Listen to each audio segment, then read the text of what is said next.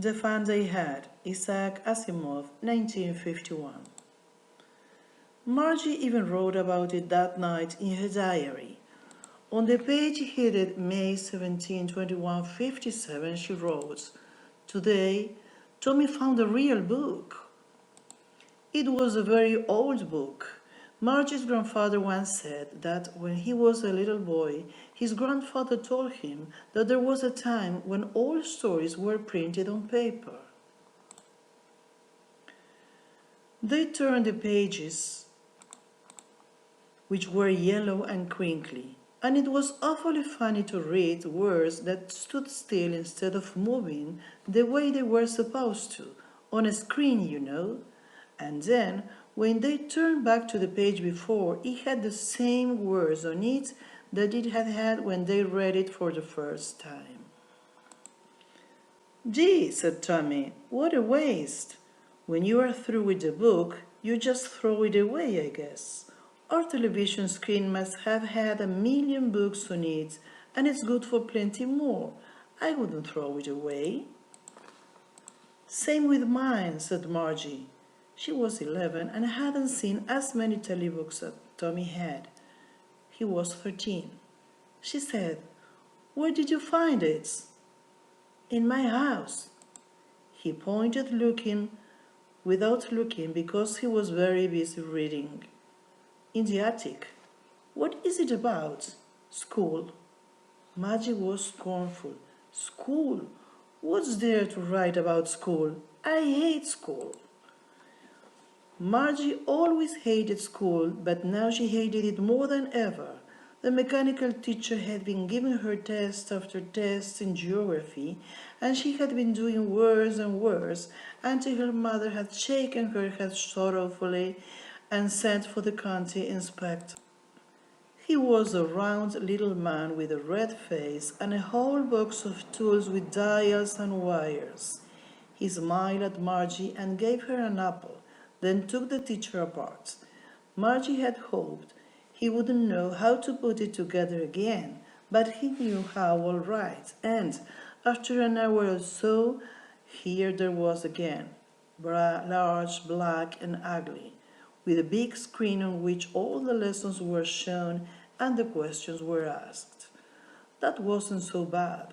The part Margie hated most was the slots where she had to put homework and test papers. She always had to write them out in a punch code they made her learn when she was 6 years old, and the mechanical teacher calculated the mark in no time. The inspector had smiled after he was finished and patted Margie's head. He said to her mother, "It's not the little girl's fault, Mrs. Jones. I think the geography sector was geared a little too quick. Those things happen sometimes. I've slowed it up to an average 10 level. Actually, the overall pattern of her progress is quite satisfactory." And he patted Margie's head again. Margie was disappointed. She had been hoping they would take the teacher away altogether. They had once taken Tommy's teacher away for nearly a month because the history sector had blanked out completely. So she said to Tommy, "Why would anyone write about school?" Tommy looked at her with very superior eyes. "Because it's not our kind of school, stupid. This is the old kind of school that they had hundreds and hundreds of years ago," he added loftily, pronouncing the word carefully, "centuries ago." Margie was hurt. "Well, I don't know what kind of school they had all that time ago." She read the book over his shoulder for a while, then said, "Anyway, they had a teacher." Sure, they had a teacher, but it wasn't a regular teacher. It was a man. A man? How could a man be a teacher? Well, he just told the boys and girls things and gave them homework and asked them questions. A man isn't smart enough. Sure he is. My father knows as much as my teacher. He can't. A man can't know as much as a teacher. He knows almost as much, I betcha. Margie wasn't prepared to dispute that. She said, I wouldn't want a strange man in my house to teach me. Tommy screamed with laughter. You don't know much, Margie. The teachers didn't live in the house. They had a special building and all the kids went there. And all the kids learned the same thing. Sure, if they were the same age. But my mother says a teacher has to be adjusted to fit the mind of each boy and girl it teaches, and that each kid has to be taught differently. Just the same, they didn't do it that way then. If you don't like it, you don't have to read a book. I didn't say I didn't like it, Margie said quickly. He wanted to read about those funny schools. They weren't even half finished when Margie's mother called. Margie, school? Margie, who looked up. Not yet, Mama. Now, said Mrs. Jones, and it's probably time for Tommy too. Margie said to Tommy, Can I read the book some more with you after school? Maybe, he said nonchalantly.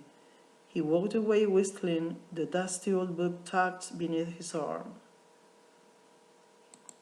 Margie went into the schoolroom. It was right next to her bathroom, and the mechanical teacher was on and waiting for her.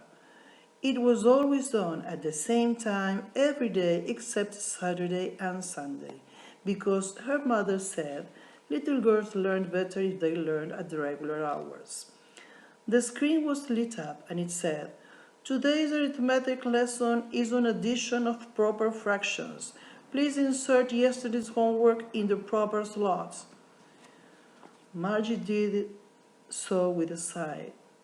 She was thinking about the old school they had when her grandfather's grandfather was a little boy. All the kids from the whole neighborhood came, laughing and shouting in the schoolyard, sitting together in a schoolroom, going home together at the end of the day. They learned the same things, so they could help one another on the homework and talk about it. And the teachers were people. The mechanical teacher was flashing on the screen. When we add fractions, a half and a fourth, Margie was thinking about how the kids must have loved it, the old days. She was thinking about the fun they had.